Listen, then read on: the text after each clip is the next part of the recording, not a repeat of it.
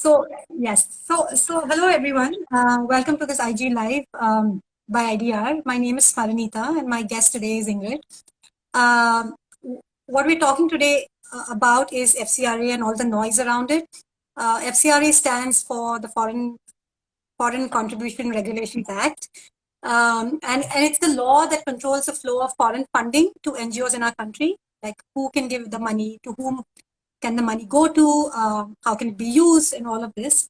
The reason we're talking about it today is because on Jan 1st, a couple of weeks ago, the government revoked the license of 6,000 NGOs. I think that's nearly a third of the 18,000 that were up for renewal, right, Ingrid? Yeah, and some of the organizations whose license got cancelled are really well-known names, right? It's Mother Teresa's Missionaries of Charities, it's Oxfam India, it's even institutions like Delhi University, IIT Delhi, Jamia Millia University. And because of this, I think there was a huge furor in the media, and as a result of which the government backtracked a bit and restored some of these licenses. And to make sense of all this noise, right, this back and forth, this chaos, we thought we'd have Ingrid speak to it, just because she's been part of this sector for so long, and she's been following this really actively, and she has strong perspectives on, what should be happening, what is happening. Just to give you all a little bit of background, Ingrid is the founding director for the Center for Social Impact and Philanthropy, which is, you all call it as CSIP at Ashoka University. And she's had more than 2 decades of experience in the sector, having worked on a range of issues. So Ingrid, should we just jump right to it? And can you tell us and tell the people who are listening a little bit about why we're seeing so much news and noise around the FCRA thing at this moment? Thanks, Srinath. Thank you for having me on this Insta live chat that I've never done before, so you will excuse any goof ups on my part. Also, I want to clarify that I'm speaking, anything I say today will be entirely in my personal capacity. I'm not representing here the views of either CSIP or the university. So you have to go back a little in time to understand how we got to where we are right now. About 10 years ago, when the Act was amended and we got the FCRA 2010, one of the things that changed was where previously, when you got your FCRA registration, it was an open-ended, indefinite permission to receive funds. When the Act was amended, the new provision required you to renew this license every 5 years. What happens as a result is that every 5 years since, we end up with this bubble of about 20,000 organizations that need to get their FCRAs renewed. And each year, therefore, we have this chaos, which of course was entirely predictable, but for which we failed to design. And so this year, again, you had almost 20,000 licenses up for renewal, as best we know, because truthfully, the information is sparse and incomplete and vague at best. As best we know, almost 6,000 applications lapsed. So this is not the government saying, you've been up to no good, you've been breaking laws, and so we're refusing you permission. This was simply, presumably, we have to guess, NGOs who decided that they no longer wished to have a license to receive money from overseas. 179 were given to understand were actual cancellations, where the NGO concerned was refused permission despite having applied for a renewal. And again, this is confusing. I strongly recommend that you check out the Develop Aid site or the Account Aid site, FCRA2010.in, where you actually get this menu of possible status, your organization status, which can range from approved, denied, on hold, clarifications required, in process, and of course the ubiquitous others. So as best we know, 179 were refused permissions, including some of the big names that you mentioned. And then it's estimated that about 83 were restored. So some of these were restored presumably because they were just filed late, and so there was some data glitch in keeping the site updated. And then some presumably made some sort of representation and had their FCRAs restored. So this is where we are right now.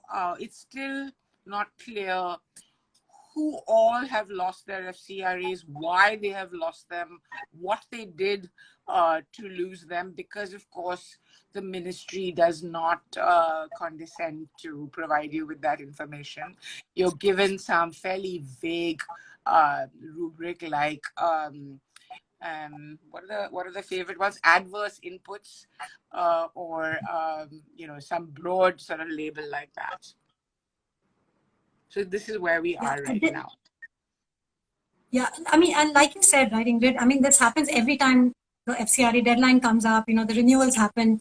But this also, it's a sign of a larger thing, right? Like the tightening regulations, around our sector, right? So whether it's FCRA, whether it's, all NGOs having to reapply for their ATG and their 12A, which are, licenses around, tax exemptions, both to the organization as well as the, giver.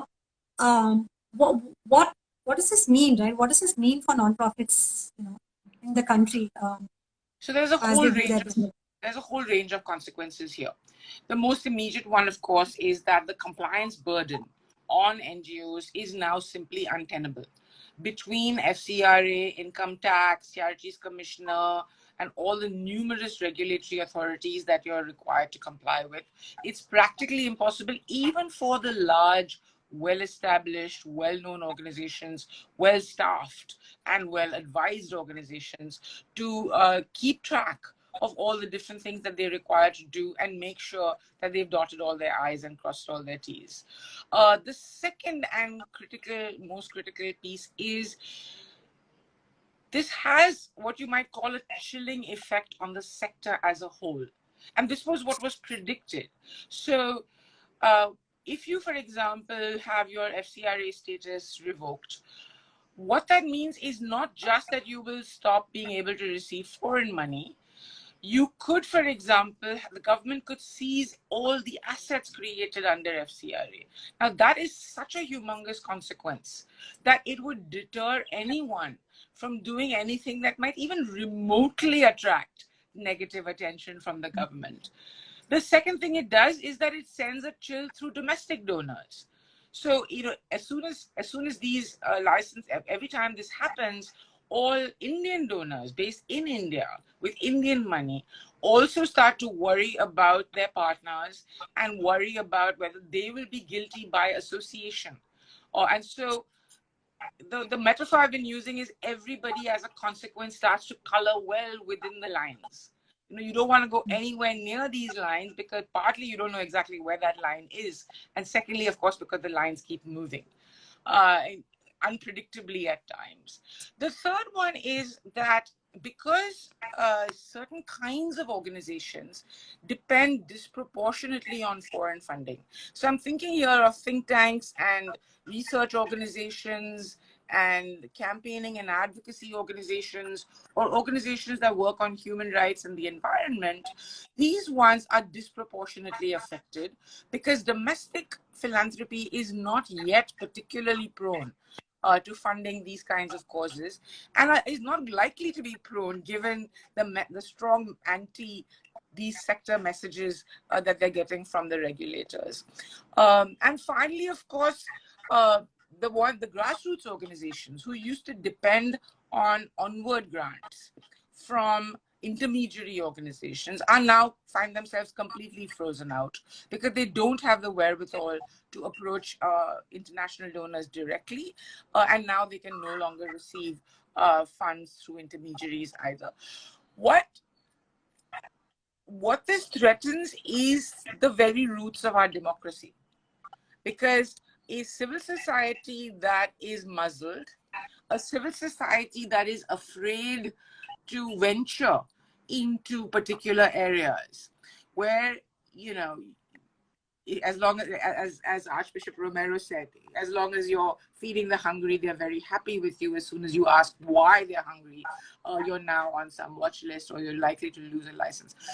A civil society that is afraid, that is timid, that has been muzzled in this fashion is not able to play the role it requires to play to hold government and business and media accountable, to amplify voices at the margins, to ensure that policies are inclusive, democratic, etc., to uphold the very institutions of democracy that we know are under threat from the vast number of indices, global indices, on which our scores have fallen precipitously over the last few years. Yeah, and like you said, right? I mean, even if it's not all of these things, like the smaller NGOs which are getting impacted more, drastically than the others, the larger ones are getting affected as well, right? So even the ones who color within the lines, the ones who do the service delivery, are all getting affected, right? And especially, I mean, we saw this during the pandemic. Society, right? Markets, business, government, everyone relied on civil society to actually be there. And every time you do this, you're just, shrinking, the sector's ability to do, what we do best in a sense. But what you're effectively doing is what China has done, or countries like China do, which is you want civil society, but you want it to operate with these blinkers on, so it will stay within its stay on its track, on the track the government decides is appropriate, will reach the destinations the government decides are appropriate for you. So as long as you're delivering cheap last mile services, you're a good NGO, and you will get funding, you will get access to government, you will get all of that. As soon as you deviate from that program and do what civil society is really required to do, and which nobody else can do, which is start to challenge why these services need to be done by private parties anyway, that's when you get into trouble. So you will end up with, I can remember a Chinese diplomat saying to me once, we're not against NGOs. Most of them are fine. They're just these 2 or 3 black sheep that are causing problems. So it's literally that same message now. And particularly when, organizations like the Missionaries of Charity or others get targeted, the chilling effect is that much more severe, because for all the NGOs on the FCRA list, the message that sent out is nobody is safe. It doesn't matter how service oriented you are. It doesn't matter how apolitical you are. It doesn't matter how connected you are. You can be a target too. Yeah. No, and I think the point you made, right? Like the government thinks, I mean, these regulations are to like weed out the bad actors, right? Let's have only the good NGOs around, right? But I mean, there surely is a better way of doing this, right? I mean, these kind of controls, these kind of like haphazard regulations, can't be the way to make sure that there is a set of, even if it's just a set of good NGOs, right? Forget like what robust civil society should look like. Is there a better way to kind of, for the government to feel comfortable, but also to kind of let the sector do what it needs to do, right? So first of all, I mean, are there examples? I mean, you use China as an example of the what shouldn't happen, but there are definitely examples on what, correct. Like how do you kind of let it flourish? So first of all, I think we need to push back on this accusation that NGOs are somehow vulnerable to being used to fund terror or to launder money or to do any of the things the government has alleged are the reasons for the regulations being tightened. I am not aware of more than one case in the last 40 years that this law, 45 years that this law has been in existence. I can only think of one case where the government has actually successfully brought a prosecution against an NGO for alleged indulging in these kinds of activities. So the law is not only unconstitutional, it's also ineffective. It actually isn't succeeding in weeding out these bad actors that they claim exist. Because as far as we know, there have been no cases. I mean, I invite the government, the ministry, to tell us at least, if they don't want to give us names and details, could they give us a number? Have there been a dozen cases, 40 cases, 3 cases? So that's one. The second is the government uses the Financial Action Task Force. This is the intergovernmental agency that tries to prevent funding of terrorism and money laundering and so on. They use the FATF saying that we are required to do this by the FATF. The FATF, in fact, has explicitly advised governments to ensure that in their regulations they are proportionate. That the controls are proportionate to the threat. And since we don't have any measure of the threat, we can't even say whether these regulations are proportionate or not. But in reasonable countries that believe in the value of civil society, so for example, I'm thinking of the UK or Australia, though even those are on downward trajectories, what typically happens is you have an independent regulator that reports directly to Parliament, exactly as you do in other sectors in India. You have independent regulators for microfinance, you have independent regulators for telecom, you have a bunch of independent regulators. So you have an independent regulator who then is responsible for registering, deregistering, and most importantly, facilitating NGOs in their ability to sign up and get registered and be compliant. What we have instead is the Home Ministry and sometimes the Finance Ministry playing judge, jury, executioner, framer of the rules, umpire, and everything in between. And so you have and none of them invest a single rupee in actually enabling NGOs to comply. All that they do is control what NGOs do, not play any kind of facilitative role. So there are very good examples. CSIP, in fact, did a whole report on this for Niti Aayog. I have no idea what they've done with it, but it's sitting there, a whole report on two reports actually, one on self-regulation for the sector and one on how the laws governing the sector need to be reformed. And others have done it. There have been two task forces that I'm aware of, one under Atal Bihari Vajpayee's government that came up with a whole new voluntary sector policy, and then there was a task force in 2007 as well. So all of these recommendations point in the same direction. None of them have been implemented. So this is not ignorance. This is not a case of the government not knowing what needs to be done. It's been repeated to them multiple times. Right. And like you said, right, the sector has been bearing the brunt of this over the last several years, right? I mean, it's gotten particularly worse over the last 3-4 years. Despite that, like the sector's managed, right, to do, like, whether it's service delivery, whether it's like working on the issue of rights, whether it's making sure that marginalized communities get their due. But the conversation has still been very within the sector, right? Like the things around FCRA, and then once in a while, when licenses get revoked, they lapse, media covers it. Why should people in general, right? Why should, like, the people of India care? I mean, that FCRA licenses are getting cancelled, that NGOs, there are more and more stringent regulations for NGOs, that they can't do the work they're supposed to do, across the spectrum of work that NGOs do, right? Why should people care? I mean, because. So I think that 2 points that need to be made here. One is, this shouldn't even be a question post-COVID. It doesn't matter who you are and where you are. If you, at the end, in the middle of this pandemic or wherever we are, have not fully understood the role that NGOs play at times when our government completely abandons us to our own mercies, then really you've been living on a different planet or something. The second is that you have to see the FCRA regulations as part of this constellation of regulations that NGOs must comply with. So it's not just FCRA, right? There's the new CSR rules and the tightening of those restrictions. There's the new renewals required under the Income Tax Act. So your domestic tax exemption, whether it's your own exemption under 12A or your donor's exemption under ATG, are now also subject to the same kind of whimsical cancellations that you might have got, that you now have, that you're experiencing with FCRA.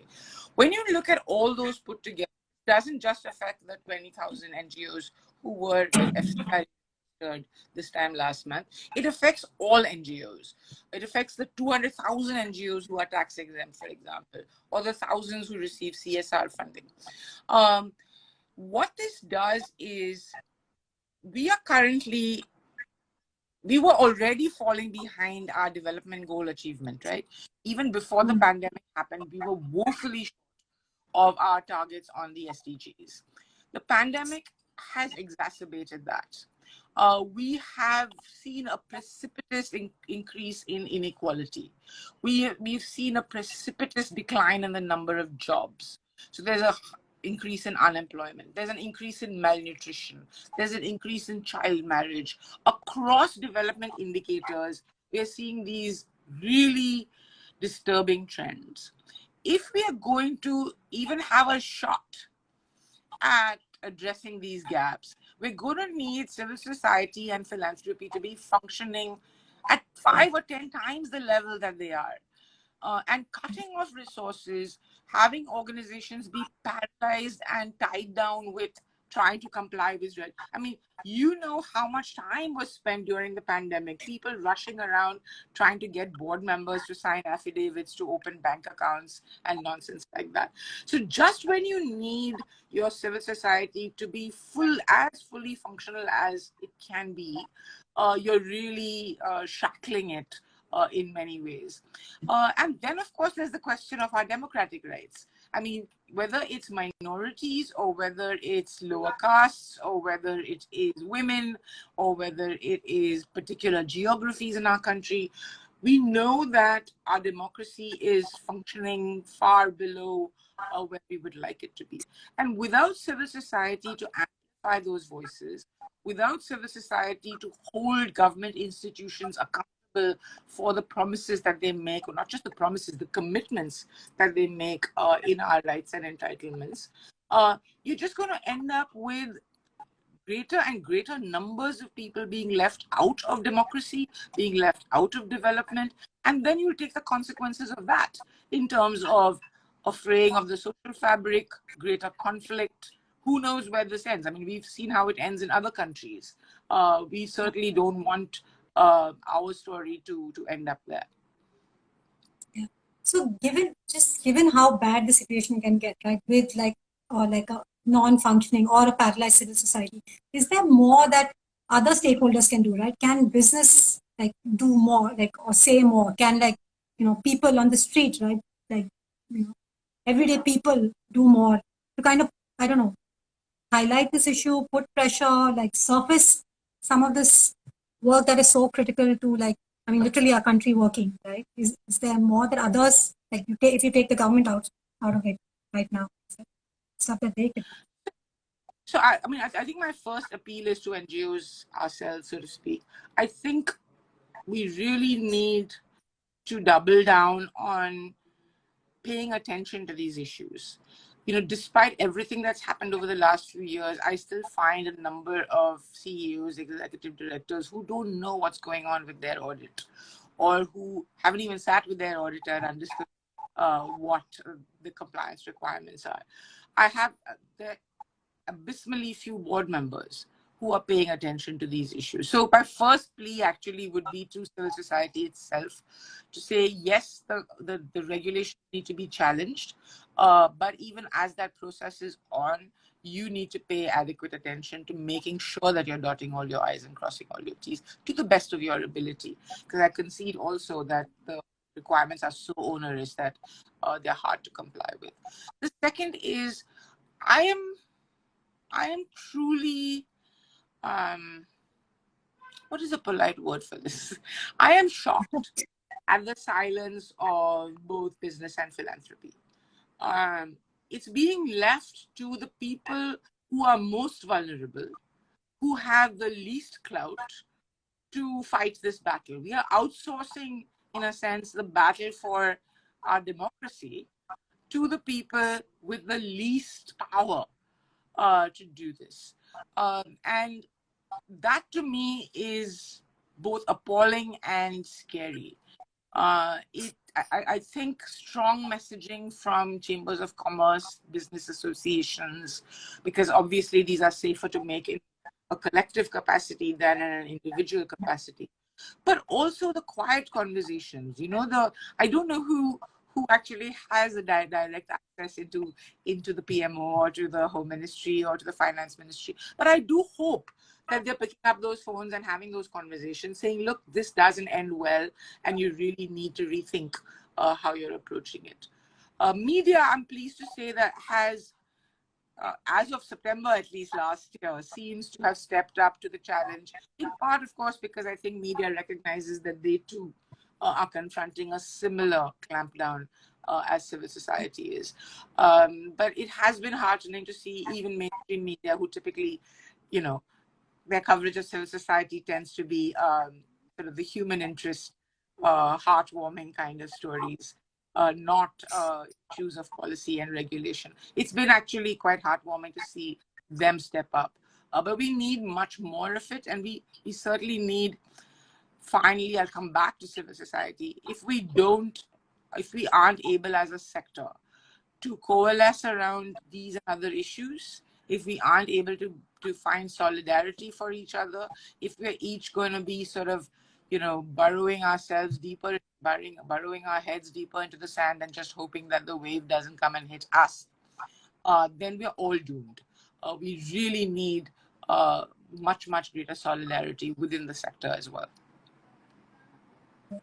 I think you've put it so amazingly. I mean, you literally said, okay, this is the role of everyone, and now please go and kind of do it, right? But I think your point about civil society, also, I think we only come in the news when there are issues around compliance and regulation, right? Can civil society make its voice more heard? Like, I mean, all the work that gets done, the role that civil society plays, I think there is a need for all of us to kind of talk about that more, so that the association is not just compliance and civil society, but it's civil society and the work that is critical to, like you said, like a well-functioning democracy, right? There's a larger task of perspective building, let's call it, among the public at large, to really have them understand the full role or the full complement of roles that civil society plays. That on the one, that there aren't good and bad NGOs.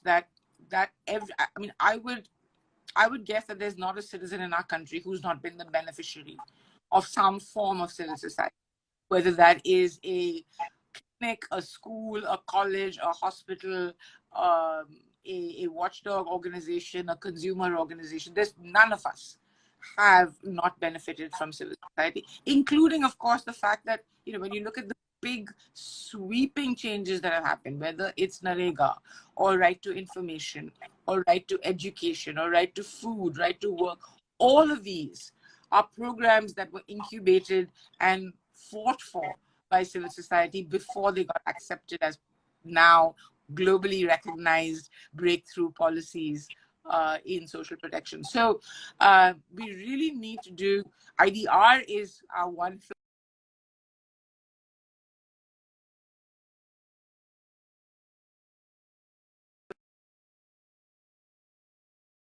in that story.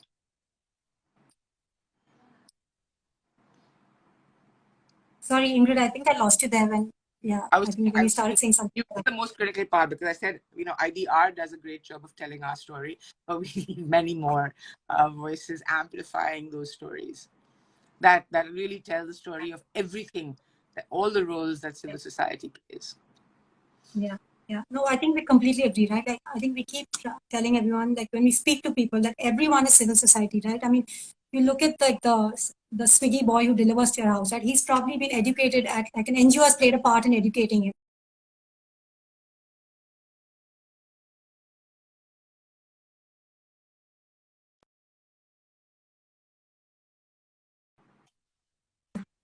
So thank you so much, Ingrid. I know we've run out of 30 minutes.